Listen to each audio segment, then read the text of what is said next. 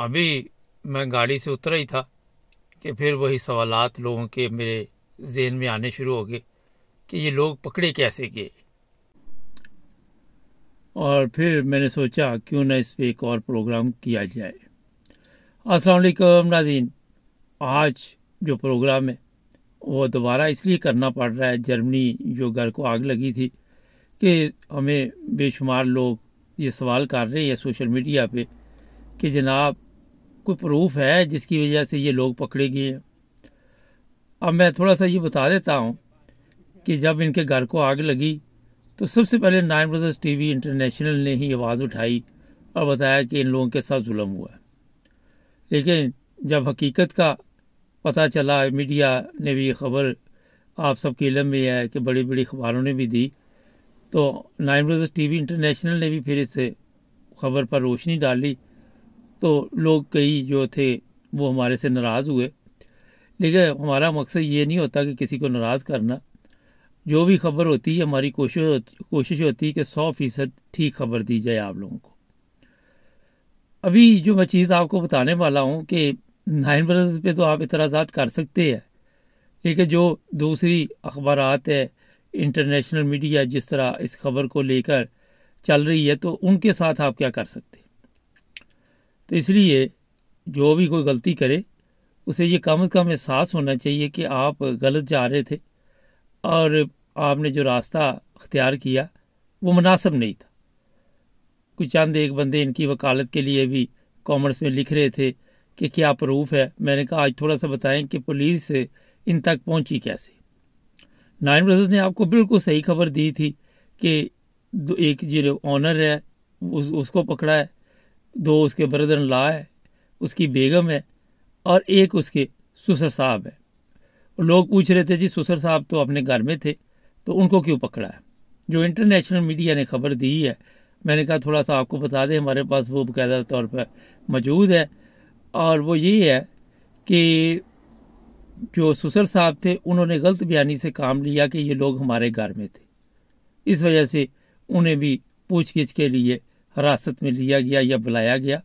और पकड़ा कैसे गया ये सारा जो गैंग था, पुलिस ने अभी तक पकड़ा। जब तक ये साबित नहीं करेंगे किसी को कुछ सजा नहीं होती।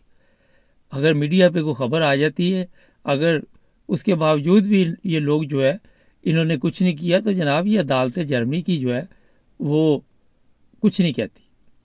मीडिया जो होती है उसने वो जो पुलिस का मौक़िफ़ होता है वो बताना होता है, और जब तक सबूत पुलिस पेश नहीं करेगी सजा नहीं होगी। अब मुझे तो आप सोशल मीडिया पर लिख के कह सकते हैं बिल्ट अखबार को ज़रा लिखे, ये मेरे पास कुछ इंग्लिश की अखबारात है इनको लिखे, तो आपको कोई जवाब भी नहीं देगा। मगर हम क्योंकि चाहते हैं कि लोग किसी गलत फहमी में ना रहें, जो चीज़ें सामने आई हैं उनमें से एक तो बड़ी ज़रूरी है जो मैं आपको बताता हूँ कि पुलिस को इन पर शक कैसे हुआ।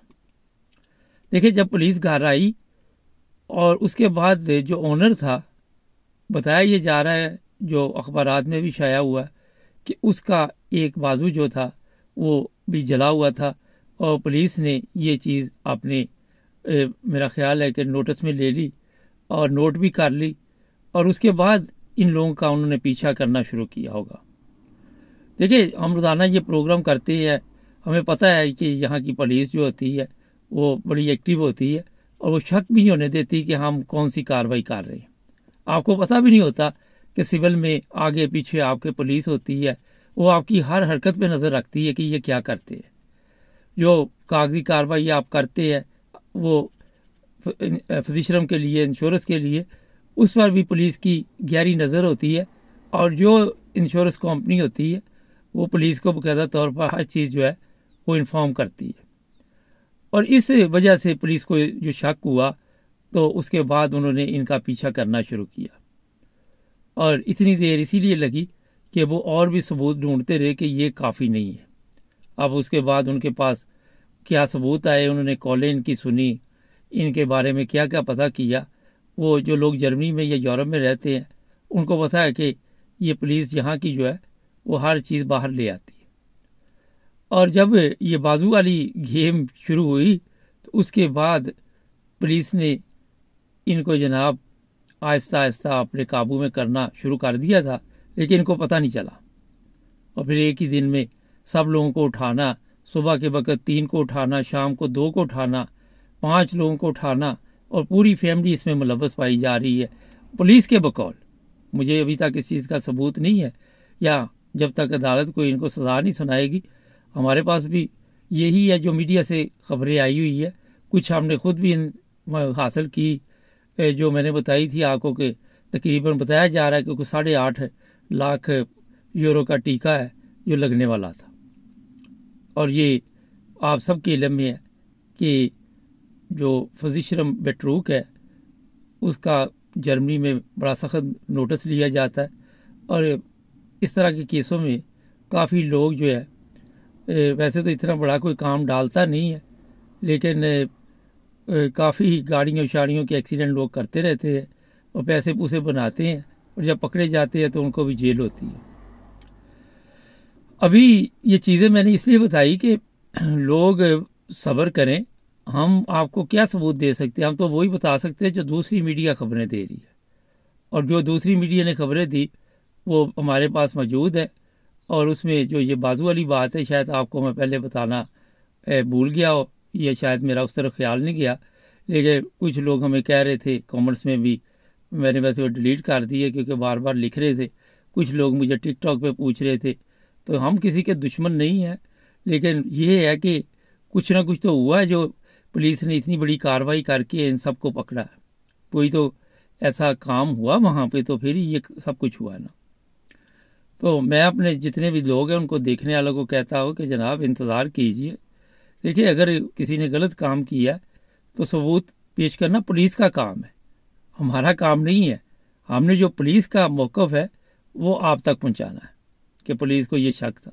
इसमें एक और चीज़ भी ज़हन में रखे, इस तरह के जब वाक़यात होते हैं तो पुलिस बड़ी गहरी नज़र रखती है। मैं इस वाक़या से नहीं ये बात कर रहा, वैसे ही कर रहा हूँ। वो पेट्रोल स्टेशन पे भी देखते हैं कि कोई पेट्रोल लेने आया, मैंने देखी इस तरह की फिल्में। वो हर चीज़ की छानबीन करते हैं, एक एक चीज़ पर नज़र रखते हैं। वो स्प्रे कहाँ से लिया गया जिससे आउस सिलेंडर रोव्स लिखा गया, और भी जो भी मवाद होता है वो पुलिस इकट्ठा करती है, और फिर वो सीसीटीवी से ही देख लेते हैं कि ये स्प्रे किसने ख़रीदा था, कितने बजे ख़रीदा था, किस मार्केट से ख़रीदा था। इस पर जो भी पुलिस है यूरोप की काफ़ी मेहनत करती है। तो जनाब, इसलिए मैं आप सबको बड़े अदब के साथ कहता हूँ कि जो भी खबर हम देते हैं आपकी भलाई के लिए देते हैं। लोग नाराज़ हो जाते हैं और लोग कहते हैं जी मिट्टी पाओ, मगर मेरे खबर देने या ना देने से अगर तो कोई फ़र्क पड़ता हो तो बताइए।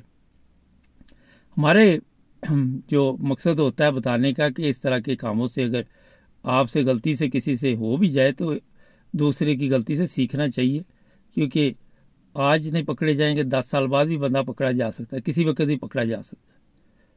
तो ये मुख्तसर सी चीज़ें मैंने आपको बताई। हमारे पास अखबारात मौजूद है, इंग्लिश अखबार जिसने अब ये आवाज़ दोबारा उठाई है, और उसने वाज़े तौर पर ये सब कुछ लिखा हुआ है कि ये इंश्योरेंस का जो धोखाबाजी का केस है, और आप ज़्यादा वेट नहीं करना पड़ेगा। 6 माह 4 माह हो सकता है, 1 साल के अंदर अंदर कोई ना कोई फैसला आ जाए। हमारा नाइम रोज़ टीवी आपको दोबारा जब भी कोई खबर हमारे पास आई तो ज़रूर बताएगा। हम आपके हक़ के लिए भी खड़े होते हैं, मगर जब कोई चीज़ ऐसी आए तो ज़ाहिर है फिर मीडिया का काम तो होता है ना कि उस पर बातचीत करनी। चैनल को सब्सक्राइब करें, जुड़े रहे हमारे साथ।